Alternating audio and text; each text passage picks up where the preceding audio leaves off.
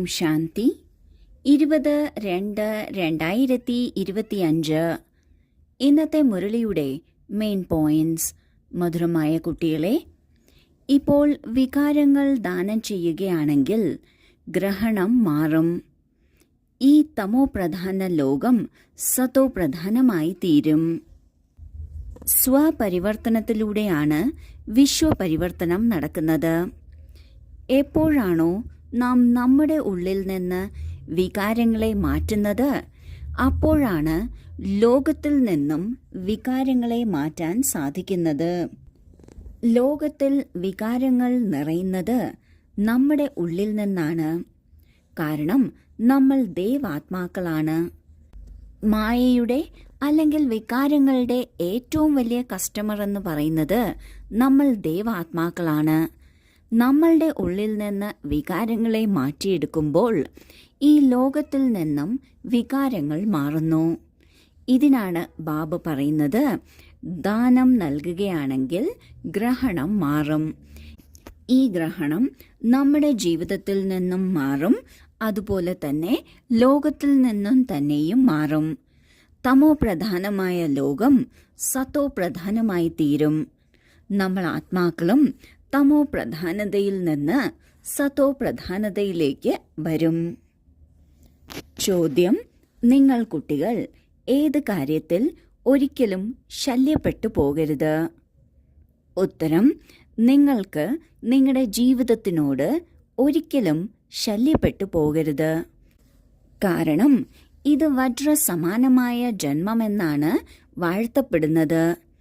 ഈ ജീവിതത്തെ നന്നായി സൂക്ഷിക്കണം. ആരോഗ്യവാനാകുകയാണെങ്കിൽ ജ്ഞാനം കേട്ടുകൊണ്ടിരിക്കാൻ സാധിക്കും.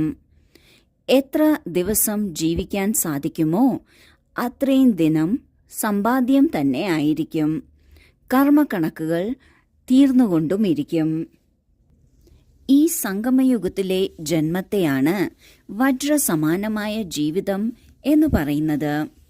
ഈ വജ്രസമാനമായ ജീവിതം പക്ഷേ കർമ്മക്കണക്കുകൾ തീരാനുള്ള സമയവും ആണ്.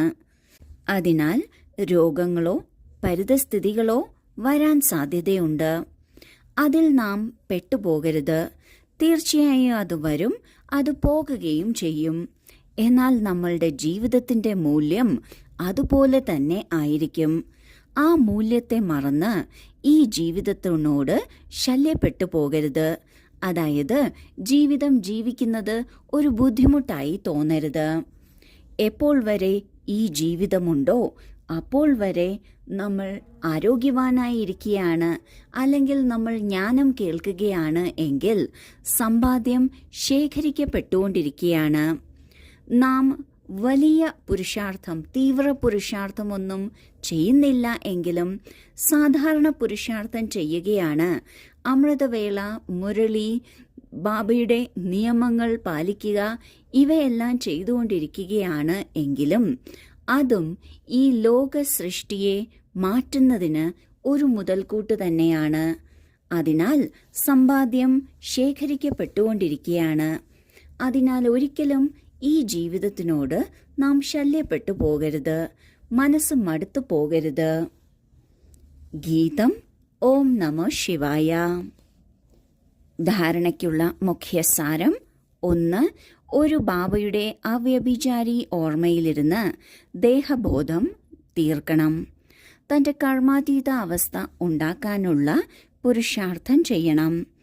ഈ ശരീരത്തിലിരിക്കെ അവിനാശി സമ്പാദ്യം ശേഖരിക്കണം. 2. ജ്ഞാനീതു ആത്മാവായി മറ്റുള്ളവരുടെയും സേവനം ചെയ്യണം. ബാബയിൽ നിന്ന് എന്ത് കേട്ടുവോ അത് ധാരണ ചെയ്ത് മറ്റുള്ളവർക്ക് കേൾപ്പിക്കുകയും വേണം. 5 വികാരങ്ങളുടെ ദാനം ചെയ്ത് രാഹുവിന്റെ ഗ്രഹണത്തിൽ നിന്നും മുക്തരാകണം. ആദ്യത്തെ പോയിന്റിൽ ബാബ പറയുന്നു, ഒരു ബാബയുടെ മാത്രം ഓർമ്മയുണ്ടെങ്കിൽ നമ്മുടെ ദേഹബോധത്തെയും കർമ്മക്കണക്കുകളെയും പാപവും എല്ലാം ഭസ്മമാക്കാൻ സാധിക്കും. അതിനാൽ ഒരു ബാബയുടെ അവ്യഭിചാരി ഓർമ്മയിൽ ഇരിക്കണം. അതുപോലെ തന്നെ നമ്മളുടെ ലക്ഷ്യമെന്നത് കർമാതീത അവസ്ഥ എത്തുക എന്നതാണ്. ആ കർമാതീത അവസ്ഥയിൽ എത്തുന്നതിന് പുരുഷാർത്ഥം ചെയ്യണം.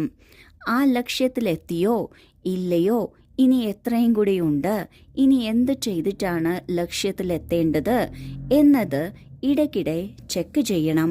അതിനനുസരിച്ച് ജീവിത രീതിയിൽ ചേഞ്ച് കൊണ്ടുവരണം. ഈ ശരീരത്തിലിരിക്കെ തന്നെ അവിനാശി സമ്പാദ്യം ശേഖരിച്ചുകൊണ്ടിരിക്കണം. മറ്റൊരു ജീവിതവും കൂടി കിട്ടിയാൽ ആ ജന്മത്തിൽ ചെയ്യാം എന്നൊരിക്കലും ചിന്തിക്കരുത്. രണ്ടാമത്തെ പോയിന്റിൽ ബാബ പറയുന്നു, ജ്ഞാനീതു ആത്മാവായി സേവനം ചെയ്യണം.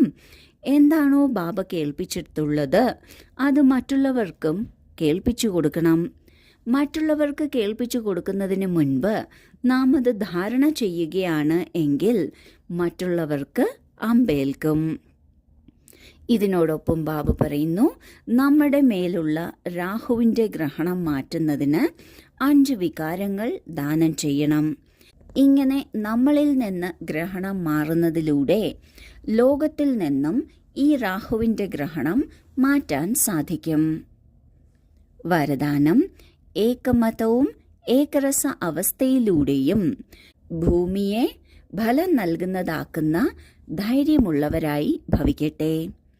എപ്പോൾ താങ്കൾ കുട്ടികൾ ധൈര്യവാനായി സംഘടനയിൽ ഏകമതവും ഏകരസ അവസ്ഥയിലുമിരിക്കുന്നുവോ, അതായത് ഒരേ ഒരു കാര്യത്തിൽ തന്നെ മുഴുകിയിരിക്കുന്നുവോ, അപ്പോൾ സ്വയവും സദാ പ്രഫുല്ലമായിരിക്കും, ഭൂമിയും ഫലദായി ആയിക്കൊണ്ടിരിക്കും. ഏതുപോലെ ഇപ്പോൾ സയൻസിലൂടെ ഇപ്പോൾ വിട്ടിട്ടാൽ ഉടൻ തന്നെ ഫലം ലഭിക്കുന്നു, ഇതുപോലെ സൈലൻസിന്റെ ബലത്തിലൂടെ സഹജവും എന്നാൽ തീവ്രഗതിയിലൂടെയും പ്രത്യക്ഷത കാണും. എപ്പോൾ സ്വയം നിർവിഘ്നമായി ഒരു ബാബയിൽ തന്നെ ലയിച്ചിരിക്കുന്നുവോ, ഏകമതത്തിലും ഏകരസവുമായിരിക്കുമോ, അന്യാത്മാക്കളും സ്വതവേ തന്നെ സഹയോഗിയാകും, ഭൂമിയും ഫലദായി ആയിക്കൊണ്ടിരിക്കും. സൈലൻസിന്റെ ശക്തിയിലൂടെ സഹജമായും എന്നാൽ തീവ്രഗതിയിലൂടെയും ഫലം ലഭിക്കുന്ന തരത്തിൽ നാം സേവനം ചെയ്യണം. ഇതിനായി നാം ധൈര്യവാനായിരിക്കണം. എന്നാൽ സംഘടനയിലിരിക്കുമ്പോൾ ഏക അഭിപ്രായവുമായിരിക്കണം, ഏകരസ അവസ്ഥയുമായിരിക്കണം. ഒരേ ഒരു കാര്യത്തിൽ തന്നെയാണ് നാം എല്ലാം ഒന്നിച്ചിരിക്കുന്നത്. ആ ഒരേ കാര്യത്തിൽ തന്നെ മുഴുകിയിരിക്കുന്നതിലൂടെ പ്രഫുല്ലമായിരിക്കാൻ സാധിക്കും. അതുപോലെ സഫലതയും വളരെ നല്ലത് ആയിരിക്കും. എത്രത്തോളം ഒരു ബാബയുടെ ഓർമ്മയിൽ സ്നേഹത്തോടെ ഒരഭിപ്രായമുള്ളവരും ഏകരസവുമായി ഇരിക്കുന്നുവോ, അത്രയും മറ്റുള്ളവരും സഹയോഗിയാകും. അതുപോലെ സഫലതയും ലഭിക്കും.